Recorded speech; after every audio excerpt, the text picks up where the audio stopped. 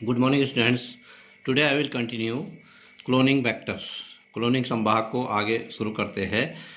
इसमें क्या किया जाता है, जब डीएनए के खंड को काटा जाता है तो उस खंड को किसी अन्य जीवाणु, प्लाज्मिड हम उसको कहते हैं, वहाँ तक पहुँचाने के लिए उसके लिए क्लोनिक संवाहक का या क्लोनिंग वेक्टर का यूज़ किया जाता है, जो कि उसको वहाँ पहुँचाता है, उस प्लाज्मिड डीएनए तक पहुँचाता है, उसके खंड के साथ उसको जोड़ने का कार्य करता है। उसको संवाहक, क्लोनिंग संवाहक या क्लोनिंग वेक्टर उसको बोला जाता है। तो इस प्रकार से हम जो है डीएनए को दूसरे डीएनए के साथ ऐड करते हैं।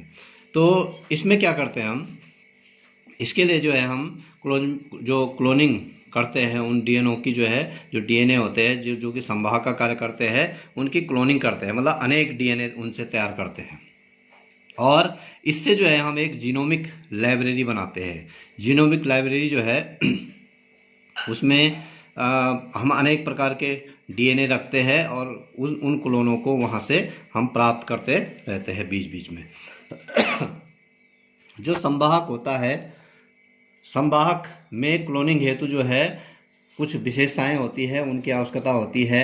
जैसे सबसे पहला है प्रतिकृतियन की उत्पत्ति, ऑरिजिन इसको बोला जाता है, ऑरिजिन ऑफ रिप्लिकेशन, या इसको ओआरआई बोला जाता है, ओआरआई इसको बोलते हैं। और ये एक ऐसा अनुक्रम है, ऐसा एक प्रोसेस है जहाँ से जो प्रतिकृतिकरण होता है उसकी शुरुआत होती है, जो उसका रिप्लिकेशन होता है डीएनए का, उसकी वहाँ से शुरुआत होती है। और डीएनए का कोई खंड जब इस अनुक्रम से जुड़ जाता है तो वो परपोषी कोशिकाओं के अंदर अपनी प्रतिकृति बनाना शुरू कर देता है। जिस कोशिका के अंदर हमने उसको फिट किया है, जैसे हम बाहर से जो डीएनए का टुकड़ा लाए, उस खंड को जब हमने इसीरिचिया कोलाई के साथ जोड़ा और उसकी कोशिका के अंदर उसको डाल दिया, तो वो उसके अंदर जो है प्रतिकृति बनाना शुरू कर देता है। अगला है इसमें पॉइंट, वर्ण योग्य चिन्हक, सेलेक्टेबल मार्कर्स इसको बोला जाता है। जो ओआरआई है, ओआरआई जो ओरिजिन जहाँ से शुरू हो रही है, उसके साथ संवाहक को वर्ण योग्य चिन्हक की आवश्यकता भी होती है। वर्ण मतलब सेलेक्ट करने वाला, जिसको हम सेलेक्ट कर सकते हैं, जो कि अनेक जो है रूपांतरणों में जो है उसकी पहचान कर सकता है। और इसमें जो है जब वो उसकी पहचान करता है तो धीरे धीरे जो है वो परपोषी जीवाणु को पहचानना शुरू करता है, और उसके साथ जो है वो एक तरफ से उसके अंदर जो है वो बिल्कुल उसके खंडों के साथ आसानी से प्रवेश जो है वो कर जाता है। और जैसे हम यहाँ पे बात करते हैं, प्लाज्मिड वेक्टर है ये, इसके साथ हमने जोड़ दिया उसको।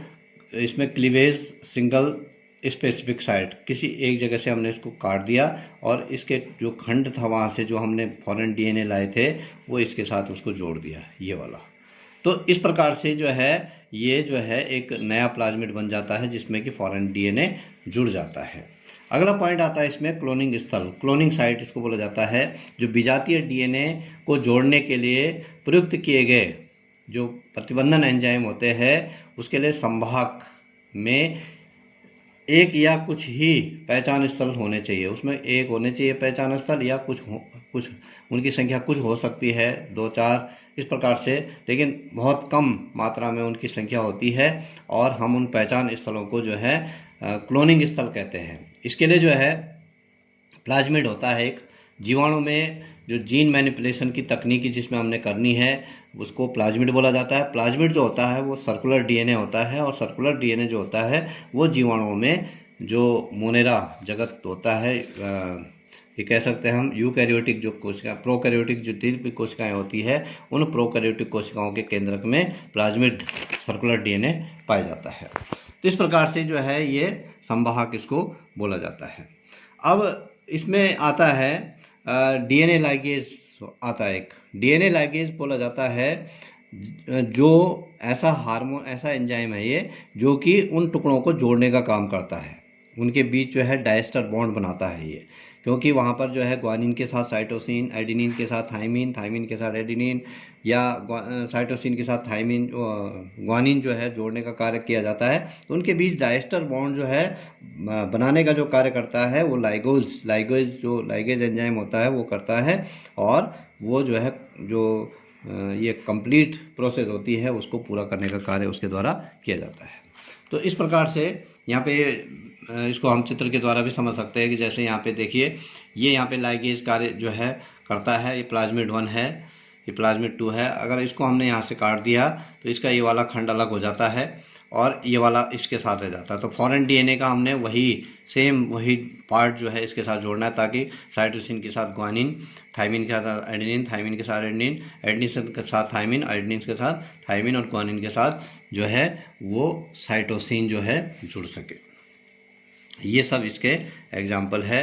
अब आते हैं हम पुनर्योगज डीएनए तकनीकी के प्रक्रम, process of the recombinant DNA. इसके कौन कौन से प्रक्रम होते हैं? सबसे पहला जो प्रक्रम है वह है, इस बार बार रिपीट हो रही है वही चीज़ें, डीएनए का पृथक्करण, आइसोलेशन ऑफ डीएनए। हम जो है सबसे पहले तो डीएनए का पृथक्करण करते हैं। डीएनए का पृथक्करण मतलब जो गुण हमें चाहिए, जिस गुण का हम समावेश करना चाहते हैं प्लाज्मिड के अंदर, उस डीएनए को आइसोलेट करेंगे उस कोशिका से, और तब उसके जो है जब आइसोलेट उससे जब वो अलग हो जाएगा तो उसके बाद हम जो है डीएनए को विशिष्ट स्थलों से काटना, जो सेकंड पॉइंट है इसका, कटिंग ऑफ डीएनए और at specific locations. Specific location से हम उसको काटने के लिए उसमें जो है प्रतिबंधन, उससे उसके लायक जो प्रतिबंधन एंजाइम होगा उसका चयन करेंगे और तब उसको उस प्रतिबंधन एंजाइम में डालेंगे और फिर उसको जो है एगारोज जेल में, जो इलेक्ट्रोफोरेसिस जो प्रक्रिया होती है उसके अंदर उसको गुजारेंगे, ताकि जो है वो उसका जो उसके पॉजिटिव आयन हो, वो जो है पॉजिटिव आयन और निगेटिव आयन अलग होना शुरू हो जाए। तो इस प्रकार से यहाँ पे जो है डीएनए जो हम जानते हैं वो ऋणावेशित कण होते हैं, तो ये जो है धनात्मक इलेक्ट्रोड की ओर बढ़ता है। तो इस प्रकार से जो है हम इससे उस डीएनए के टुकड़े को अलग कर लेते हैं। तीसरा है इसमें पीसीआर का उपयोग करते हुए लाभकारी जीन का प्रवर्धन। पीसीआर एक टेक्निक है जिसको हम पीसीआर को बोलते हैं पॉलीमरेज चेन रिएक्शन, पॉलीमरेज श्रृंखला अभिक्रिया। आजकल जो ये कोरोना का जो टेस्ट हो रहा है वो पीसीआर के थ्रू ही होता है। पीसीआर में क्या किया जाता है, वो किसी टिश्यू पे उसको ग्रो किया जाता है, उसका देखा जाता है कि ये कितना जो है असर करता है उस टिश्यू पे। और ये टेस्ट जो होता है एक दिन में नहीं होता है, इसको 2-3 दिन जो है इस टेस्ट को लग जाते हैं, पीसीआर टेस्ट को। इसके माध्यम से अन्य और भी टेस्ट जो है पीसीआर के हो जाते हैं। तो पीसीआर का पूरा नाम है पॉलीमरेज चेन रिएक्शन। तो इस प्रकार से जो है हम पॉलीमरेज चेन रिएक्शन के द्वारा जो है जो लाभकारी जीन होते हैं उनका भी प्रवर्धन कर सकते हैं। पीसीआर अभिक्रिया के चरण, steps of the PCR reaction. DNA विरचन, प्रिपरेशन जिसको बोला जाता है, दोनों पॉलीमरों की अत्यंत अतिरिक्त मात्रा हम लेते हैं। चारों न्यूक्लियोटाइड ट्राइफॉस्फेटों को अलग करना, उसके बाद ताप स्थिर पर डीएनए पॉलीमरेज की अभिक्रिया के द्वारा इसको जो है किया जाता है। तो इस जो पीसीआर है उसके थ्रू हम एड्स का टेस्ट भी करते हैं, एलिसा टेस्ट भी करते हैं, और भी बहुत सारे कैंसर का टेस्ट भी पीसीआर के थ्रू किया जाता है। उसके बाद आता है इसमें अनुप्रवाह संसाधन, डाउन स्ट्रीमिंग प्रोसेस जिसको बोला जाता है।